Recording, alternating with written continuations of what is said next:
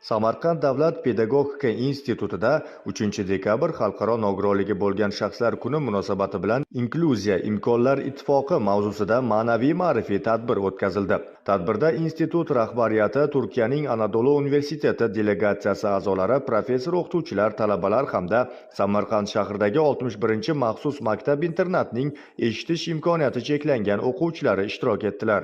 Dastlab institut rektori Shahzoda Negmatova tadbirni ochib berib, alohida ta'lim ehtiyoji bo'lgan bolalar uchun yaratilayotgan shart-sharoitlar, mavjud imkoniyatlar va inklyuziv ta'limni rivojlantirish borasida amalga oshirilayotgan islohotlar haqida so'z yuritdi.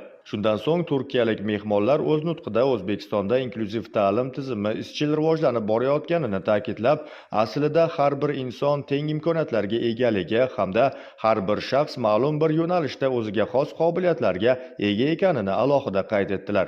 Tadbir davomida sahna ko'rinishlari namoyish qilindi, milliy kuy-qo'shiqlar ijro etildi. Shuningdek, davlatimiz tomonidan qabul qilingan qonun va me'yoriy hujjatlarda maxsus ta'limga oid bandlar haqida ma'lumotlar berildi.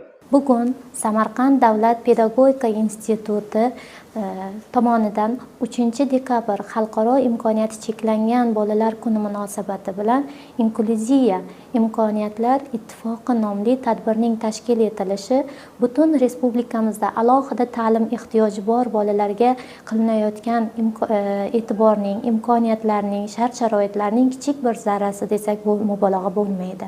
Darhaqiqat hozirgi vaqtda institutimizda alohida ta'lim ehtiyoji bor talabalarimizning tahsil olishi uchun barcha shart-sharoitlar yaratilgan, jumladan eshitish imkoniyati cheklangan talabalarimiz uchun surda tarjimon, ko'rish imkoniyati cheklangan talabalarimiz uchun esa tiflopedagog shtatlari ajratilgan va bu mutaxassislar bevosita talabalarimiz bilan ishlaydi va umid qilamizki, bugungi tadbirimiz barcha yoshlarimiz orasida imkoniyati cheklangan talabalarimizni ularning imkoniyatlari teng ekanligini yana bir bor isbotladi. Tadbir yakunida institut talabalari hamda maxsus maktab-internati tarbiyalanuvchilari tashakkurnoma va esdalik sovg'alari bilan taqdirlandilar.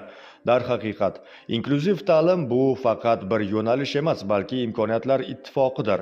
Har bir bola, har bir yosh jismoniy yoki ruhiy imkoniyatidan qat'iy nazar jamiyatda o'z o'rniga, o'z imkoniyatlarini namoyon etishga haqlidir.